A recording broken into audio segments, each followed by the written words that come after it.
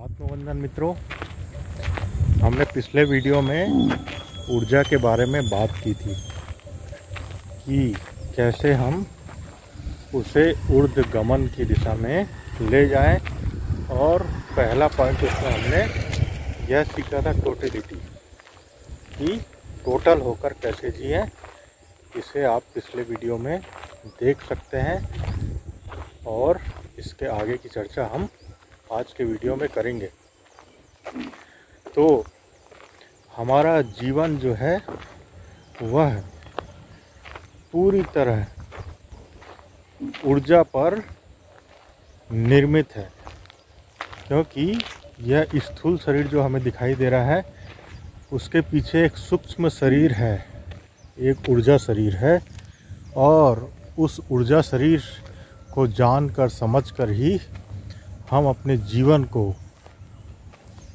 सार्थक बना सकते हैं और हम इस जन्म का लाभ ले सकते हैं, क्योंकि प्रकृति हमें सिर्फ और सिर्फ संतान उत्पत्ति के लिए ही छोड़ देती है। क्योंकि प्रकृति चाहती है कि सृष्टि का निर्माण हो, सृष्टि बढ़े, और उसके आगे का जो काम है उसे मनुष्य को स्वयं अपने विवेक से करना पड़ता है। क्योंकि पशु पक्षी और मनुष्य दोनों ही लगभग एक ही काम करते हैं, वो है संतानोत्पत्ति, काम। पशु में भी काम रहता है, क्रोध रहता है, लोभ रहता है। मनुष्य में भी काम रहता है, क्रोध रहता है और लोभ रहता है। यदि मनुष्य ये सब चीज़ से ऊपर नहीं उठता तो एक प्रकार से वह पशु ही है, पशु ही है वो। तो हमें हमारी संभावना मनुष्य होने की बहुत विशाल है।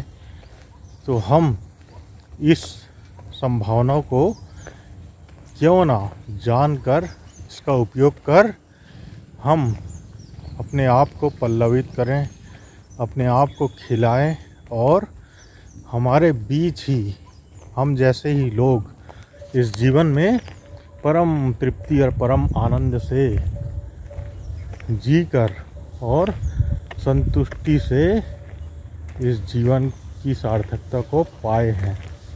तो हमारी भी वही संभावना है।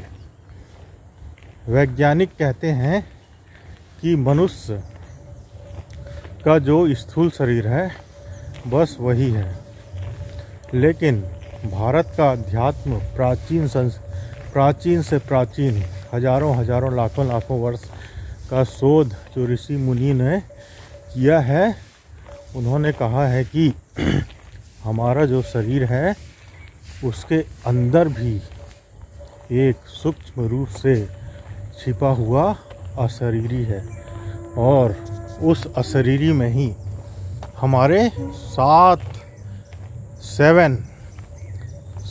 पॉइंट हैं,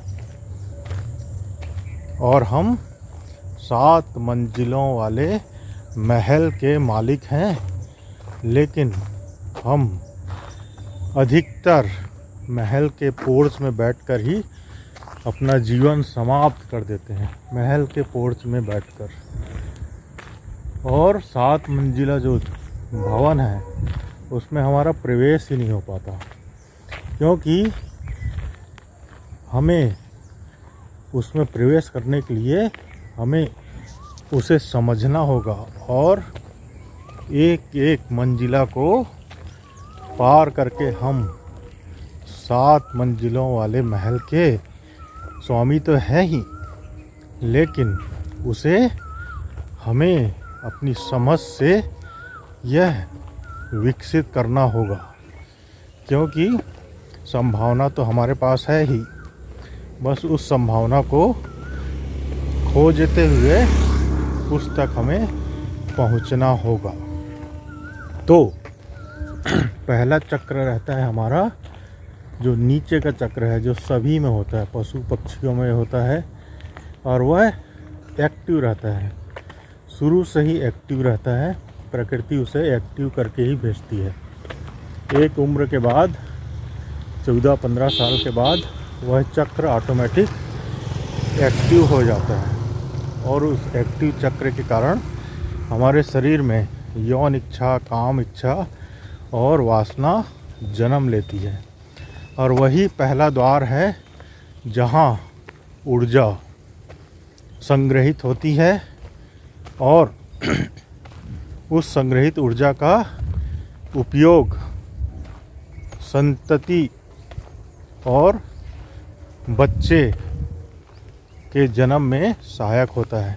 लेकिन वह तो सभी करते हैं, पशु पक्षी और जितने भी कीड़े मकोड़े, केंचुआ, सब उसी में लगे हुए हैं। तो वह चक्र के ऊपर भी हमारे 6 चक्र और हैं, 6 पॉइंट और हैं, जिन्हें यदि हम जान गए तो हम ऊर्जा के विशाल स्रोत को समझ जाएंगे और जो कभी क्षय नहीं होती, जो ऊर्जा हमेशा अक्षय बनी रहती है, जो क्षय नहीं होती। तो हमें जो पहला पॉइंट मिला है प्रकृति की तरफ से, उसमें ऊर्जा का भंडार छिपा हुआ है। क्योंकि ऊर्जा तटस्थ होती है और ऊर्जा का एक नियम है कि जो ऊर्जा नीचे जाती है वह ऊर्जा ऊपर भी जा सकती है। तो ऊपर जाने के लिए, जैसे कि पिछले वीडियो में हमने कहा था कि उसे हमें समझ से और थोड़े से श्रम से ऊपर ले जाना होगा। तो पहले चक्र की हम बात करेंगे। तो पहले चक्र में जो आदमी जीता है उसमें काम होगा, क्रोध होगा, लोभ होगा और ईर्ष्या होगी। यह सब उसके लक्षण हैं।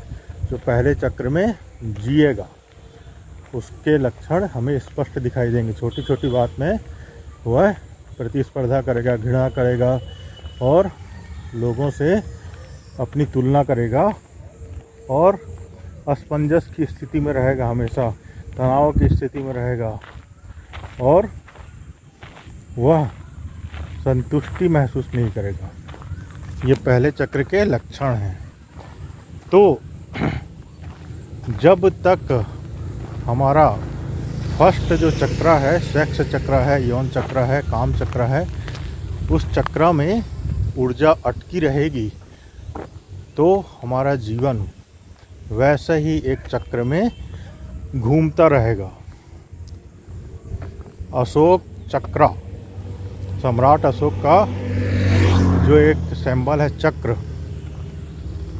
वह यही बात का प्रमाण दर्शाता है कि आदमी जो है गोल चक्के की भांति घूमते रहता है, वही सब करता है, मरता है, फिर वही सब करता है। तो हमें बिना निंदा किए परम स्वीकार भाव से पहले चक्र को, सेक्स चक्र को, काम चक्र को, यौन चक्र को परम स्वीकार भाव से, प्रार्थना पूर्ण भाव से उसे समझना है, उसे जानना है। क्योंकि यदि हम प्रकृति को देखें तो उसी चक्र के कारण यह प्रकृति चल रही है।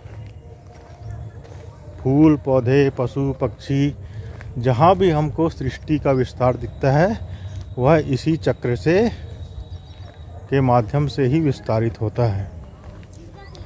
तो समाज हमें अधिकतर यौन, काम और वासना के प्रति निंदा और एक घृणा की दृष्टि रखने को कहता है, जिससे हम अंदर ही अंदर एक अपराध भाव से भरे रहते हैं। लेकिन यदि पूजा पूर्ण, प्रार्थना पूर्ण ढंग से इसे सिर्फ ऊर्जा की भांति हम देखें तो यह एक विशाल ऊर्जा है और हमारे जीवन को पूर्णतः बदल देगी मित्रों। तो इसके और भी कई आयाम हैं जिसके बारे में हमें धीरे धीरे करके समझना है और जानना है, और इसका उपयोग करके हम जैसे जैसे इसका उपयोग करेंगे अंदर एक भराव आएगा, एक संतुष्टि आएगी, और जीवन में एक धन्यता का बोध होगा। जीवन एक बोझ नहीं लगेगा, जीवन एक गुलाब के फूल की तरह खिला हुआ महसूस होगा। तो अगले वीडियो मित्रों इसके बारे में हम बात करेंगे और इसके बारे में जानेंगे। बहुत बहुत आभार।